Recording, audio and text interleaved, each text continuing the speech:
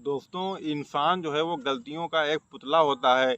यानी कि इंसान अगर इस दुनिया में आया है तो वो कोई ना कोई गलती ज़रूर करेगा और कभी ना कभी उससे गलतियाँ ज़रूर होती हैं।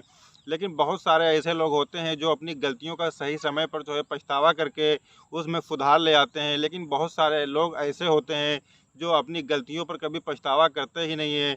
और जो लोग पछतावा करते हैं तो वो कुछ लोग उसमें ऐसे होते हैं जो बहुत ही लेट में उस चीज़ का पछतावा करते हैं। लेकिन वो एक कहावत कही जाती है कि जो है बाद में पछताने से क्या हुआ, जब चिड़िया चुन गई खेत।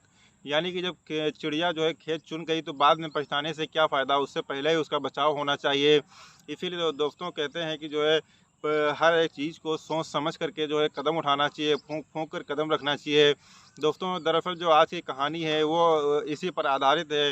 दोस्तों आदाब, नमस्कार, मैं शादाब खान। अगर आप हमारे चैनल पर नए हैं तो प्लीज़ हमारे चैनल को सब्सक्राइब ज़रूर कर लीजिएगा और कहानी अच्छी लगे तो लाइक कीजिएगा और कमेंट बॉक्स में अपना नाम और पता ज़रूर लिखिएगा।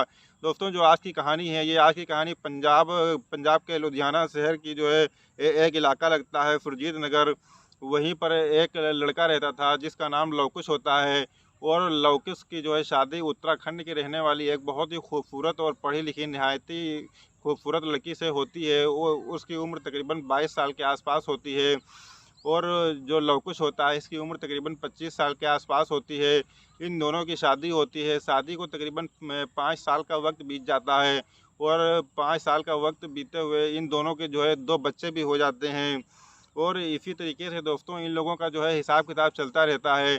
और उसके वो पढ़ाई लिखाई थोड़ा थोड़ा बहुत किए हुए था, लेकिन जो है कोई उसके पास नौकरी चाकरी नहीं थी। वो सिर्फ अपनी ही खेती पर निर्भर था, मतलब जो 2-4 बीघे खेती उसके पास थी, उसी खेती के ऊपर वो निर्भर था पूरी तरीके से। और उसी में जो वो अनाज पैदा करता था उसी को जो है बेच करके खाता पीता था, अपने घर का खर्च किसी भी तरीके से चलाता था। और दोस्तों जब वो उसके पिताजी जो है उसकी जब शादी करते हैं उत्तराखंड के रहने वाली लड़की से जिसका नाम कुमारी होता है। तो कुमारी देखने में जो है बहुत ही ज़्यादा खूबसूरत थी और काफ़ी ज़्यादा पढ़ी लिखी भी थी। लेकिन उसी के अपोजिट जो है जो लवकुश होता है वो देखने में भी इतना अच्छा नहीं था और ज़्यादा पढ़ा लिखा भी नहीं था। लेकिन कहते हैं कि किस्मत का खेल निराला मेरे भैया। तो दोस्तों उसी तरीके से जो है इनकी शादी उसके साथ हो जाती है और इन दोनों की ज़िंदगी अच्छी तरीके से कटने लगती है। लेकिन कुछ दिन जो है बीतते हैं, बीतने के बाद जब दो बच्चे इस दुनिया में जन्म लेते हैं उनके। तो जब 2 बच्चे दुनिया में आ जाते हैं उसके बाद दोस्तों इनके उनके ऊपर जो है थोड़ा तंगी भी आ जाती है। और तंगी आने के साथ-साथ इनके ऊपर एक दुःख का पहाड़ और टूट जाता है। वो पहाड़ ये होता है कि इनके माँ-बाप दोनों का देहांत हो जाता है। वो दोनों लोग इस दुनिया को छोड़ कर के जा चुके होते हैं। अब ये अपने माँ-बाप की इकलौती संतान थी। तो इसीलिए ये भी और भी ज़्यादा परेशान हो जाते हैं। और परेशानी के बाद जो इनकी बीवी होती है कुमारी, वो इनको समझाने लगती है और कहती है कि इस खेती बाड़ी से अब हम लोगों का कुछ भी गुजर बसर नहीं होने वाला है। तो आप ऐसा क्यों नहीं कर लेते हैं कि बाहर कहीं पर जा कर के देख कर के कोई नौकरी अगर आपको मिल जाए तो वो नौकरी को आप ज्वाइन कर लीजिए। तो वो भी अपनी बीवी से बहुत ही ज़्यादा प्यार करता था और बहुत ही ज़्यादा उसको मानता था। उसकी कोई भी बात वो नहीं टालता था। तो ये बात उसकी समझ में आ जाती है और वो सोचता है कि ठीक है। दोस्तों उसके बाद वो पंजाब के लुधियाना शहर में जाता है, जहाँ का एक इलाका होता है सुरजीत नगर। सुरजीत नगर में वो जाता है, कुछ दिनों तक तो वो इधर-उधर टहलता रहता है। लेकिन उसके बाद दोस्तों उसको एक कंपनी में जॉब मिल जाती है। और जॉब मिलने के बाद वो वहाँ पर अच्छे तरीके से जो है अच्छी कमाई करने लगता है। खुद भी अच्छा खाता पीता है और अच्छे खासे पैसे घर पर भेजा करता था। लेकिन इस तरीके से जो है उसका परिवार जो है उससे थोड़ा दूर रहने लगता है, क्योंकि जो उसकी बीवी और दोनों बच्चे यहाँ पर होते हैं और वो जो है अकेला वहाँ पर होता है।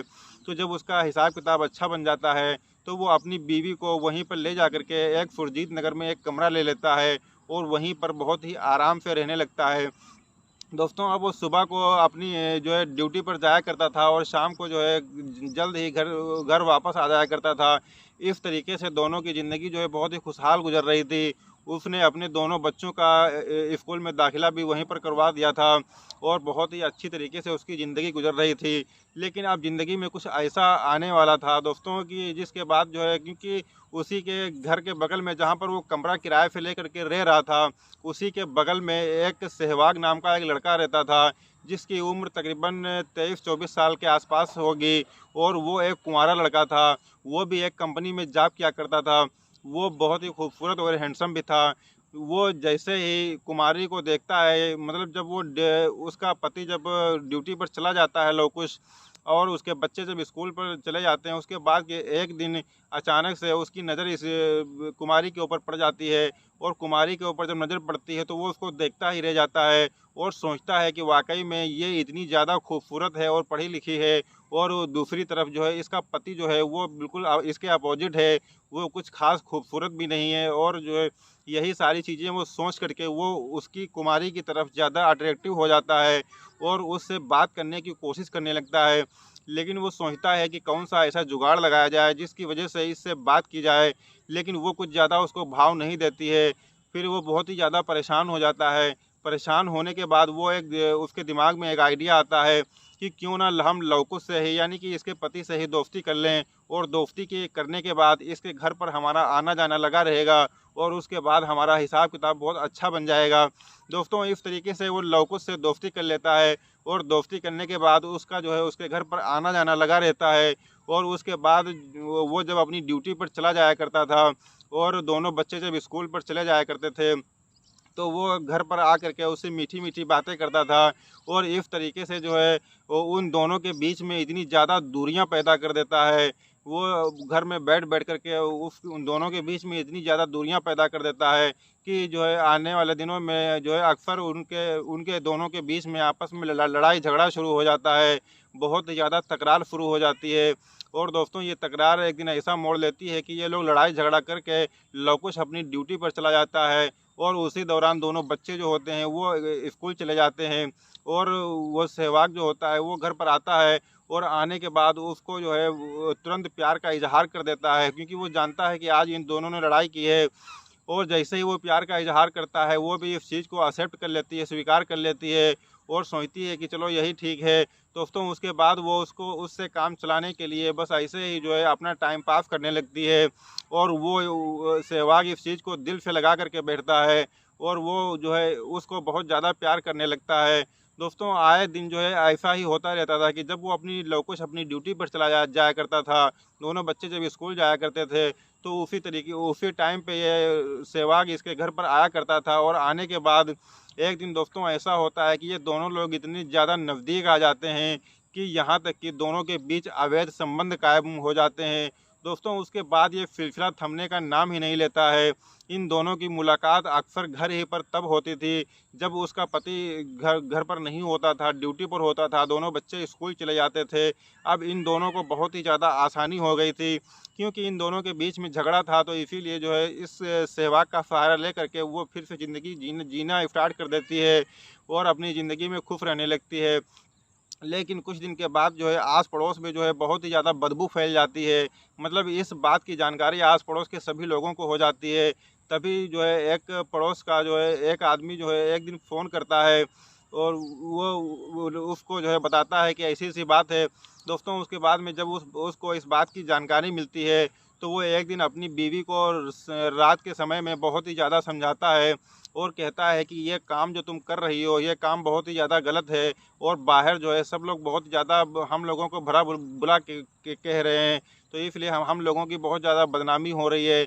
तो प्लीज़ आप ये काम करना छोड़ दीजिए। वो बहुत ही अच्छे तरीके से उसको समझाता है, लेकिन उसकी बीवी की समझ में कोई बात बिल्कुल आती ही नहीं है और वो इस चीज़ को जो है मुँह कर जाती है और वो कहती है कि ये आस पड़ोस के जो लोग हैं वो केवल हम लोगों को बदनाम करने की कोशिश कर रहे हैं और हम दोनों के बीच में ऐसा कोई रिश्ता नहीं है, ऐसा कुछ नहीं है। दोस्तों, उसके बाद वो इस बात पर वो अपनी बीवी की बात पर विश्वास नहीं करता है, क्योंकि उसको सच्चाई का पता होता है। फिर भी वो उसको उसके हालात पर छोड़ देता है और अपनी ड्यूटी पर जाता रहता है, अपने बच्चों को भी स्कूल भेजता रहता है। वो दोनों लोग जो है अक्सर इस मौके का फ़ायदा उठाया करते थे। वो जब नहीं होता था तो वो घर पर आया करते थे और अवैध संबंध कायम किया करते थे। इस तरह तकरीबन 2-4 महीने का वक्त बीत जाता है और बीतने के बाद दोस्तों एक दिन ऐसा आता है कि वो आकर के उससे कहता है कि अब हम तुम्हारे बगैर बिल्कुल भी नहीं रह सकते हैं और तुमसे शादी करना चाहते हैं। इसीलिए जो है हम ये चाहते हैं कि तुम जो है लवकुश को छोड़ करके हमारे साथ कहीं पर भाग चलो। तो वो कहती है कि अभी हमें सोचने का वक्त दीजिए।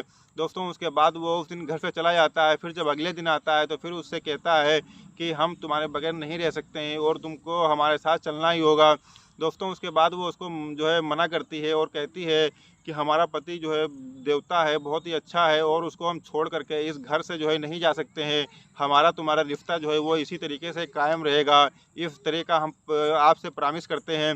लेकिन वो इस बात को नहीं मानता है। वो कहता है कि जो है हम आपसे इतना प्यार करते हैं कि लौकुश आपको अगर छुएगा तो हमें बहुत ज़्यादा तकलीफ़ होगी, हम ये नहीं चाहते हैं। तो इस बात से वो साफ-साफ इनकार कर देती है और कहती है कि इस घर को हम छोड़ के नहीं जा सकते हैं। अगर आपको रिश्ता कायम रखना है तो आप रखिए और नहीं रिश्ता कायम रखना है तो ना रखिए। इस तरीके से वो बहुत ही ज़्यादा परेशान हो जाता है, गुस्सा हो जाता है, अपने घर चला जाता है। उसके बाद अगले दिन फिर आता है और फिर उसके ऊपर दबाव डालता है। उसको उससे भागने के लिए कहता है, लेकिन वो भागने से, वो घर छोड़ने से इनकार कर देती है। और जब इनकार कर देती है तो उससे वो कहता है कि ये बताओ, जब तुम पहली बार हमसे तुमने मुलाकात किया था तो क्या सोच के किया था? तो वो कहती है कि वही तो हमारी गलती थी जिसको अब हम सुधारना चाहते हैं। लेकिन हम चाहते ये थे कि रिश्ता तुम्हारे साथ बना रहे और इनके साथ भी बना रहे। और हमारा आदमी तो इतना अच्छा है कि वो सारी चीज़ें जानने के बावजूद भी ना तो उसने हमको मारा है, ना तो उसने हमको पीटा है, कुछ भी उसने हमसे नहीं कहा है, केवल हमको समझाया ही है। और तो एक तुम हो जो तुम हमारे ऊपर जो है अभी भी जो है बहुत सारे जुल्म कर रहे हो, बहुत सारा दबाव डाल रहे हो। दोस्तों उसके बाद वो इस बात को मानता ही नहीं है और बहुत ज़्यादा दबाव बनाता है।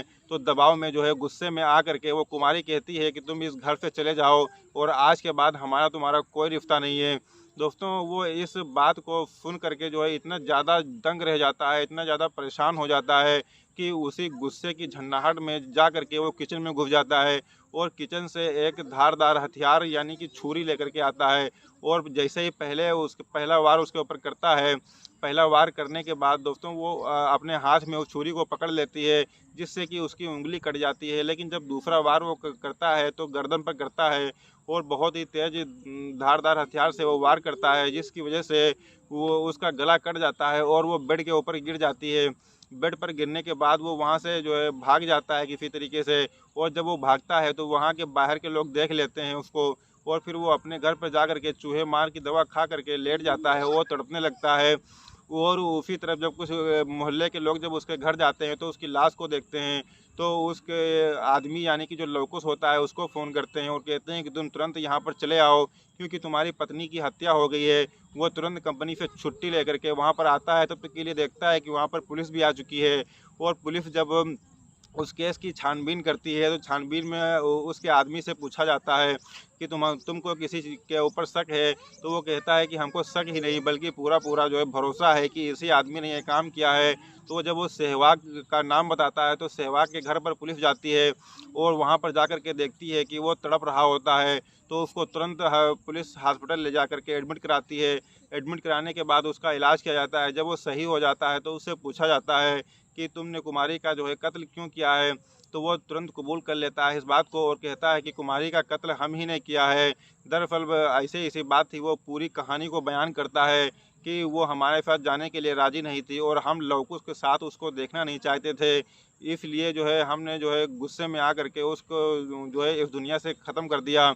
लेकिन उसके बाद हम अपने घर पर जा कर के हमने भी चूहे मार दवा खा ली और हम भी इस दुनिया को छोड़ के जाना चाहते थे, लेकिन आप लोगों ने हमें बचा लिया।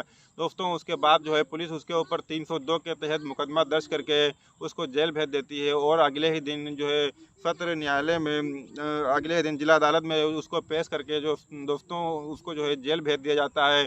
उसके जो किए की सज़ा होती है वो उसको मिल जाती है। लेकिन दोस्तों इसीलिए कहते हैं कि कोई भी काम हो उसको सोच समझ करके, आगे के बारे में सोच करके उस काम को करना चाहिए, ताकि कभी भी उस काम के बारे में जो है कोई भी पछतावा ना हो। दोस्तों ये कहानी आप लोगों को कैसी लगी? अगर ये कहानी अच्छी लगी हो तो प्लीज़ लाइक कीजिएगा और कमेंट कीजिएगा। और दोस्तों इस कहानी को सुनाने का उद्देश्य किसी की भावनाओं को आहत करना नहीं है, किसी को ठेस पहुंचाना नहीं है, बल्कि समाज में घटित हो रही घटनाओं से सिर्फ आपको अवगत कराना है, ताकि ऐसी घटनाएं सुन करके आप अपने आप को और अपने परिवार को सुरक्षित रख सकें। दोस्तों मिलते हैं एक नए दिन एक नई कहानी के साथ, तब तक के लिए शब बखैर।